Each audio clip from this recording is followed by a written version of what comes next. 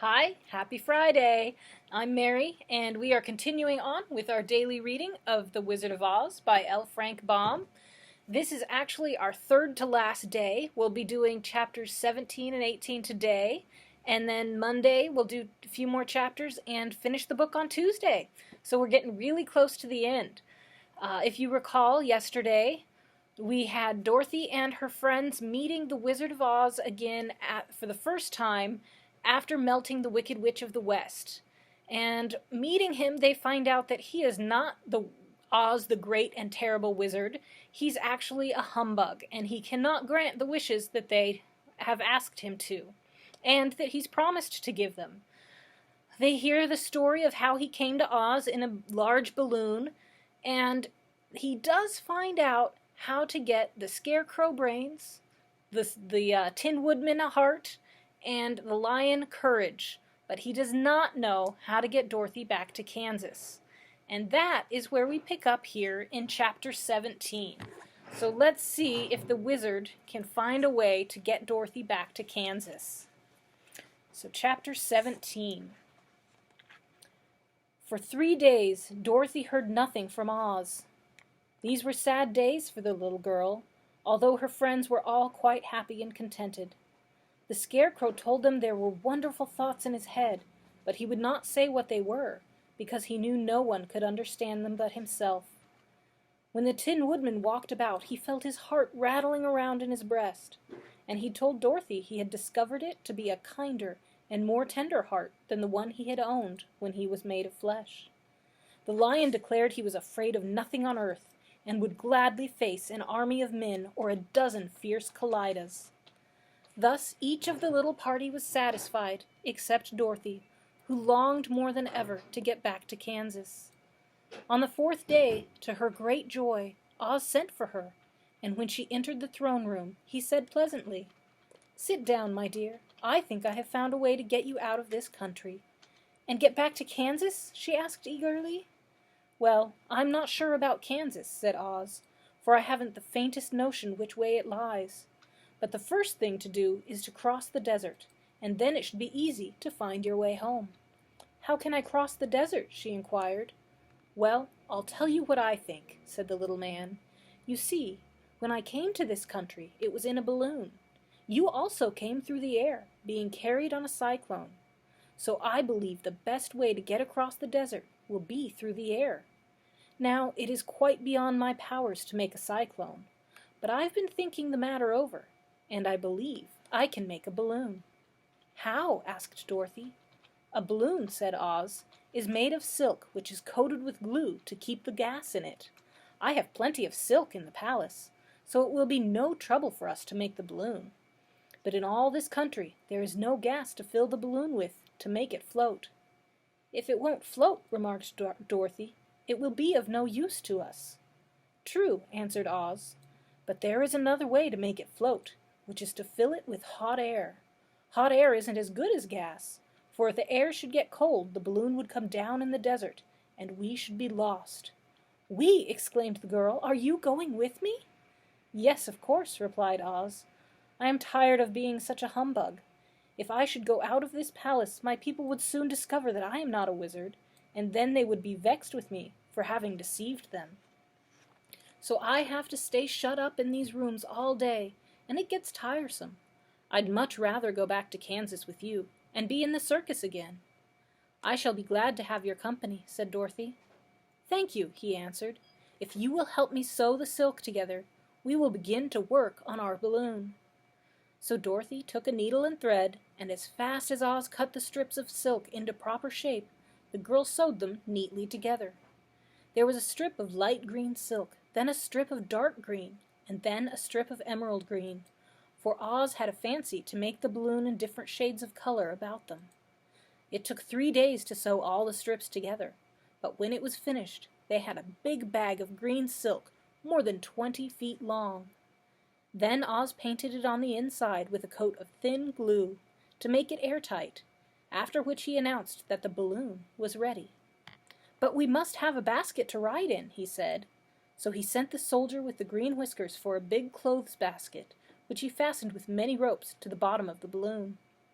When it was all ready, Oz sent word to his people that he was going to make a visit to a great brother wizard who lived in the clouds. The news spread rapidly throughout the city, and everyone came to see the wonderful sight. Oz ordered the balloon carried out in front of the palace, and the people gazed upon it with much curiosity. The Tin Woodman had chopped a big pile of wood, and now he made a fire of it, and Oz held the bottom of the balloon over the fire so the hot air that arose from it would be caught in the silken bag. Gradually, the balloon swelled out and rose into the air, until finally the basket just touched the ground.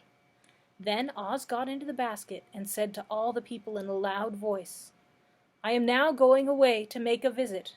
While I am gone, the Scarecrow will rule over you. I command you to obey him, as you would me." The balloon was by this time tugging hard at the rope that held it to the ground, for the air within it was hot, and this made it so much lighter than the air without, that it pulled hard to rise into the sky. "Come, Dorothy," cried the wizard. "Hurry up, or the balloon will fly away." "I can't find Toto anywhere," replied Dorothy, who did not wish to leave her little dog behind. Toto had run into the crowd to bark at a kitten, and Dorothy at last found him. She picked him up and ran toward the balloon. She was within a few steps of it, and Oz was holding out his hands to help her into the basket, when crack went the ropes, and the balloon rose into the air without her. "Come back!" she screamed. "I want to go too!" "I can't come back, my dear," called Oz from the basket. "Goodbye!" "Goodbye!" shouted everyone, and all eyes were turned upward to where the wizard was riding in the basket, rising every moment farther and farther into the sky. And that was the last any of them ever saw of Oz, the wonderful wizard, though he may have reached Omaha safely, and be there now for all we know. But the people remembered him lovingly, and said to one another, "Oz was always our friend.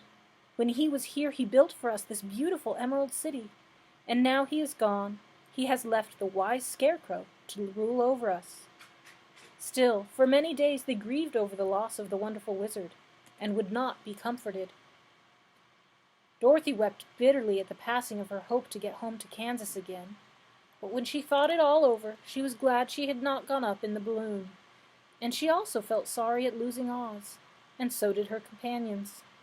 The Tin Woodman came to her and said, "Truly I should be ungrateful if I failed to mourn for the man who gave me my lovely heart. I should like to cry a little because Oz is gone. If you will kindly wipe away my tears, so that I shall not rust." "With pleasure," she answered, and brought a towel at once. Then the Tin Woodman wept for several minutes, and she watched the tears carefully and wiped them away with the towel. When he had finished, he thanked her kindly and oiled himself thoroughly with his jeweled oil can to guard against mishap. The Scarecrow was now the ruler of the Emerald City, and although he was not a wizard, the people were proud of him. For, they said, there is not another city in all the world that is ruled by a stuffed man. And so far as they knew, they were quite right. The morning after the balloon had gone up with Oz, the four travelers met in the throne room and talked matters over. The Scarecrow sat in the big throne, and the others stood respectfully before him. "We are not so unlucky," said the new ruler, "for this palace and the Emerald City belong to us, and we can do just as we please. When I remember that a short time ago I was up on a pole in a farmer's cornfield, and that I am now the ruler of this beautiful city, I am quite satisfied with my lot." "I also," said the Tin Woodman, "am well pleased with my new heart, and really that was the only thing I wished in all the world. For my part, I am content in knowing I am as brave as any beast that ever lived, if not braver," said the Lion modestly. "If Dorothy would only be content to live in the Emerald City," continued the Scarecrow, "we might all be happy together." "But I don't want to live here," cried Dorothy. "I want to go to Kansas and live with Aunt Em and Uncle Henry." "Well, what can be done?" inquired the Woodman. The Scarecrow decided to think, and he thought so hard that the pins and needles began to stick out of his brains. Finally he said, "Why not call the winged monkeys and ask them to carry you over the desert?" "I never thought of that," said Dorothy joyfully. "It's just the thing. I'll go for golden cap at once. When she brought it into the throne room, she spoke the magic words, and soon the band of winged monkeys flew in through an open window and stood beside her. "This is the second time you have called us," said the Monkey King, bowing before the little girl. "What do you wish?" "I want you to fly me to Kansas," said Dorothy. But the Monkey King shook his head. "That cannot be done," he said. "We belong to this country alone, and cannot leave it. There has never been a winged monkey in Kansas yet, and I suppose there never will be, for they don't belong there. We shall be glad to serve you in any way in our power, but we cannot cross the desert. Goodbye." And with another bow, the Monkey King spread his wings and flew away through the window, followed by all his band. Dorothy was almost ready to cry with disappointment. "I have wasted the charm of the golden cap to no purpose," she said, "for the winged monkeys cannot help me." "It is certainly too bad," said the tender-hearted woodman. The Scarecrow was thinking again, and his head bulged out so horribly that Dorothy feared it would burst.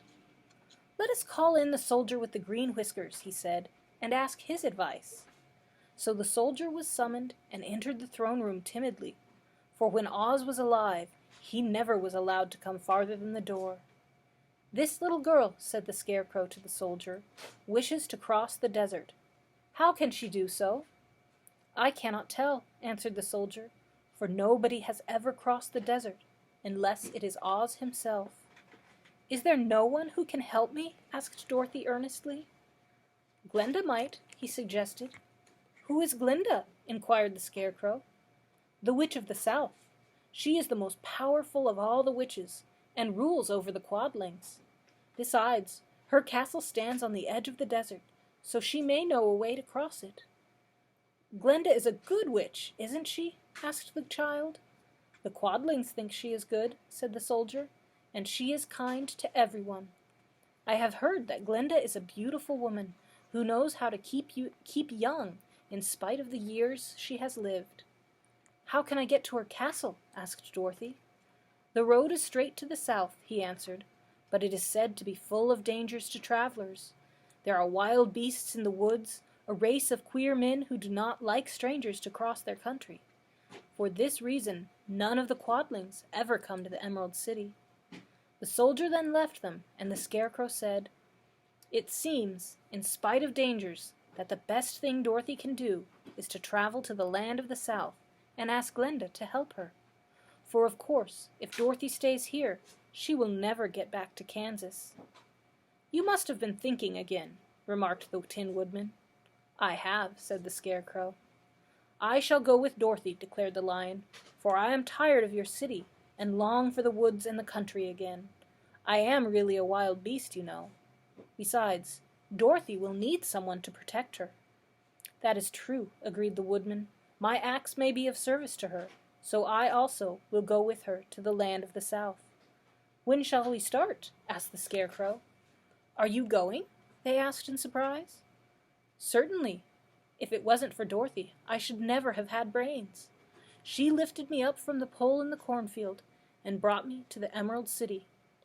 So my good luck is all due to her, and I shall never leave her until she starts back to Kansas for good and all." "Thank you," said Dorothy gratefully. "You are all very kind to me, but I should like to start as soon as possible." "We shall go in the morning," returned the Scarecrow. "So now let's all get ready, for it will be a long journey." And that ends our chapters for today.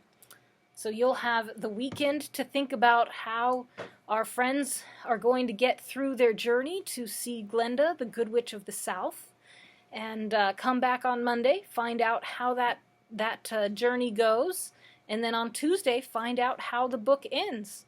Until then, I hope you have a wonderful weekend, and I look forward to finishing the book with you next week.